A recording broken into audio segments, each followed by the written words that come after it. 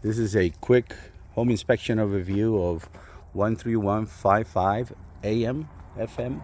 We're going to start on the outside, and then we will do the exterior, then the crawl space, then the inside, and then we'll do the roof. So coming in, as you can see here, the fence is missing. To come in, we're missing part of the fencing, and we're also missing the gate. So we need right here on the perimeter. I also spoke to the selling agent, and she said that these would be removed on Saturday. I didn't know if they're going to be a storage.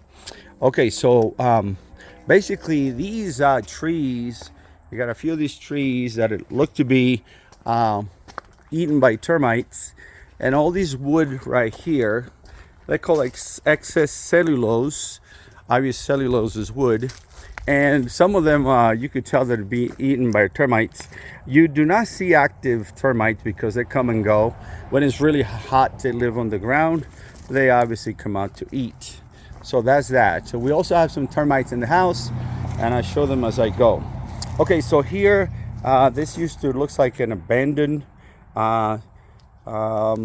septic tank. They were using it for a container.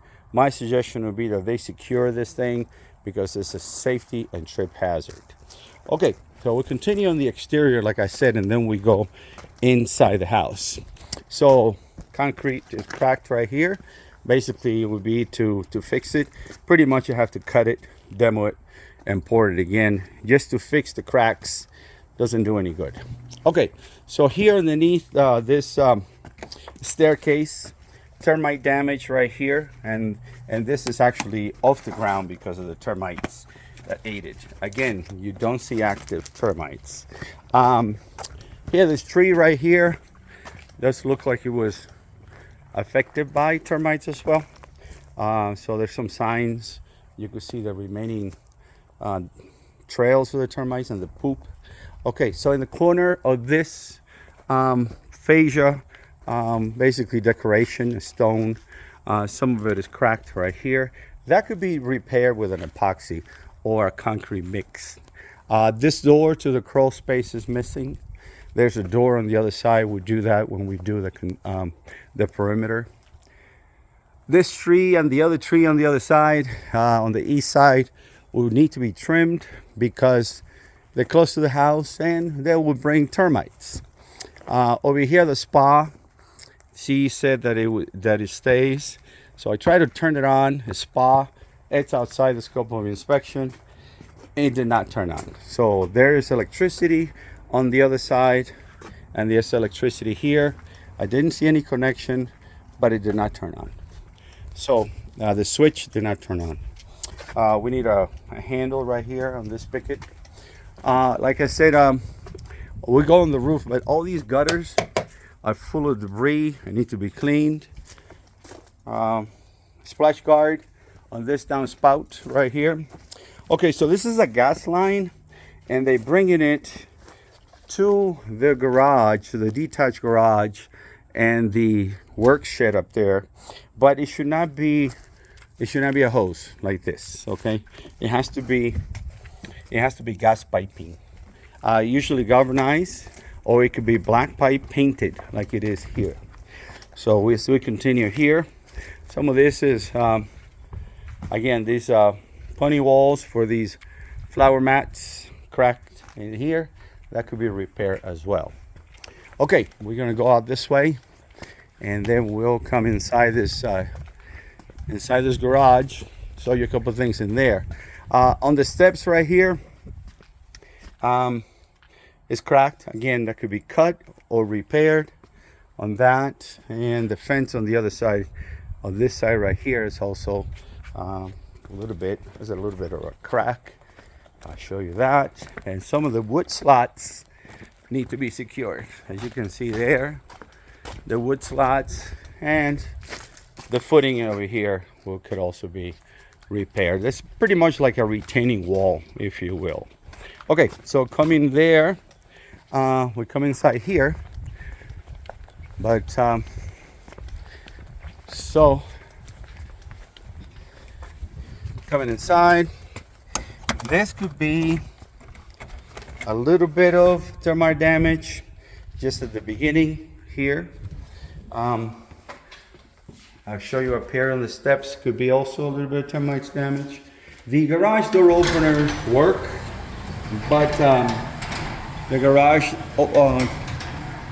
doors themselves, they need some lubrication, and also they are missing the sensors. So there's one sensor here, but we're supposed to have another sensor here in case somebody's coming through, that the door don't collapse on you. The sensors are missing here. So this one also works. Okay, so the garage works. All the electrical in the garage, all these outlets work. This is the sub panel to this garage, and they're labeled. They could be labeled probably a little bit better. I took off the cover and I looked inside. No problem electrically speaking. So all that is good here. So we'll continue going upstairs. This right here might be signs of termite damage, but I'm not 100%. It also could be like a spill. So disregard that for now. We got plenty of termite damage in other locations. This window right here needs to be adjusted. This window in this corner right here does not open. I tried it. I just couldn't get it open. And this window pane, this glass, is broken on the other side. You might be able to see it up close, so we need to replace that window. This is how you get to the attic. So there's plenty of insulation in here. It is bath insulation. That's the rolled up type. So that is pretty good up there. So basically that's as much as we can say over here. So we are going now to the inside of the house. So before we go inside, this disconnect right here for the power that is coming from the main supply into the garage, it does need to have a cover.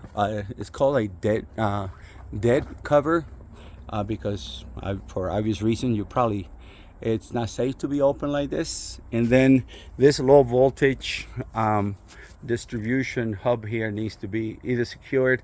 I am pretty sure they're probably not active because it looks like it is for landlines. So it is a telephone hub for landlines. So right before we go in here into the crawl space, this right here will need to be removed. It's probably to clean their shoes, but it's a trip hazard for sure. Here we could see the stem wall is cracked. That could be repaired.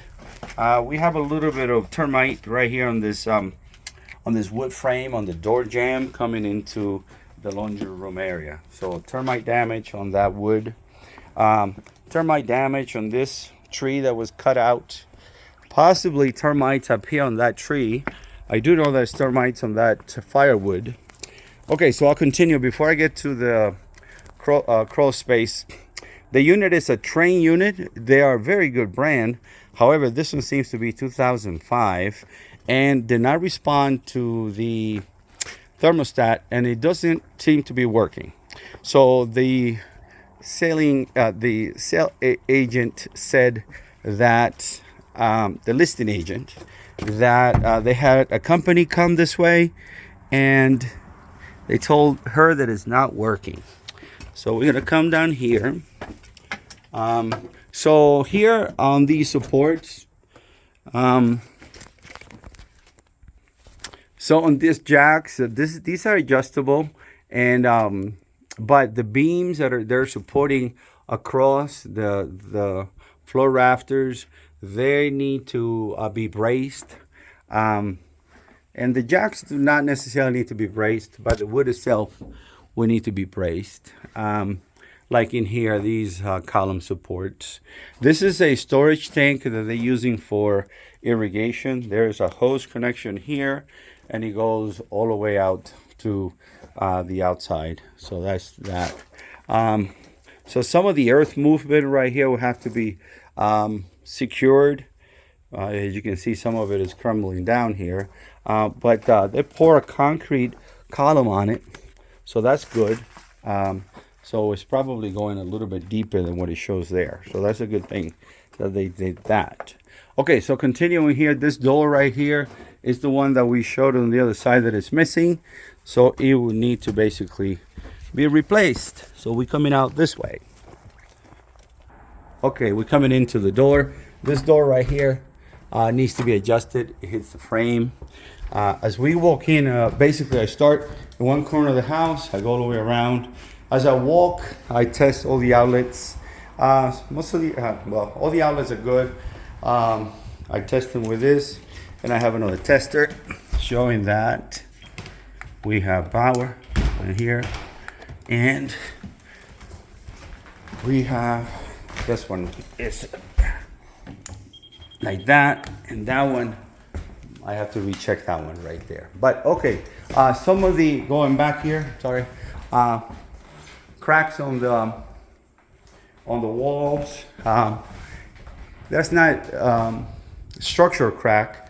It's more cosmetic. If it was structural, it would have been in two different elevations at a huge gap. The floor squeaks when you walk in different locations. So that means that it just needs to be fastened to the joists underneath. Okay, so I checked all these windows here, operate and open. They just need to be adjusted. They're really hard to open and close. This hallway bathroom here, this toilet is the lid is cracked, and the other toilet pretty much is leaking, so they shut off the water. Caulk and seal here. This toilet inside is pretty bad, pretty stained. My recommendation would be to replace the toilets because you would not be able to find the lid. Okay, so on these concrete, on this porcelain or porcelain tiles, you can see that the grout is cracked and missing in some of them. We got also some cracks on the walls. This window sill trim right here is broken. And again, a few more cracks on the walls. Again, that could be considered cosmetic. This is how you get to the attic. Right through here, there is a, I gotta find it, it's right here. This is a ladder to get to the attic. There's a door up here. So I got to the attic, and there's a lot of insulation up there. This is the old chimney that was here. It was abandoned, so they're not using it. So it basically terminates up there, maybe from the old fireplace. So walking here, we walk into this bathroom. This is the toilet that is leaking. The valve is leaking, so maybe the valve could be replaced. But they shut it off, and you can see that he has damaged the wood all the way around. I test the hot water. I show you where the hot water heater is. It gave me about 125 degrees, which is okay. They recommend 120, below 125, between 125 and 120. This shower head, the rain overhead shower head is not working, but the other one works. This one works here. Okay, so let's go into the kitchen area. In the kitchen, I tested the appliances. So this needs what they call anti-tipping bracket, because what happens is the little kids open the door and they climb in here, and you can see there is a little bit of a emblem showing you what they do, but everything works in here. I tested all the burners and I tested the oven. The exhaust hood works, the lights work, everything works in there. These windows open and close. This dishwasher, it wasn't connected, so I took a chance and I connected it to see if it did anything, but no, it doesn't do anything. You can tell here it's disconnected.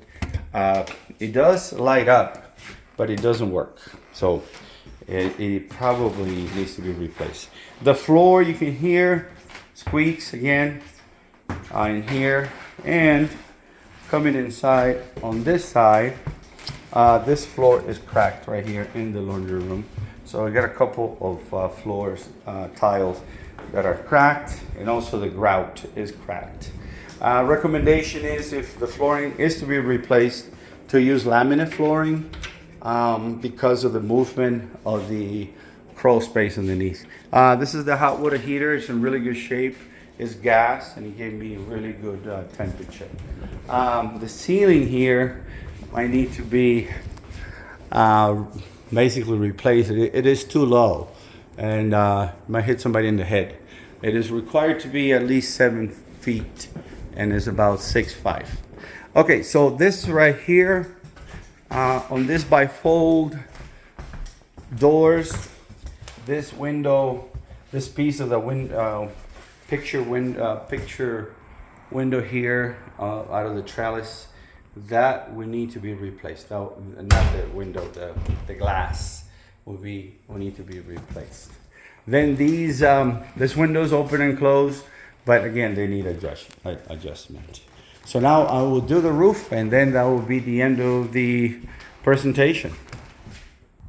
All right, this is the last portion of the video. So the gutters, like I said, from downstairs, full of debris. This is called roll composite.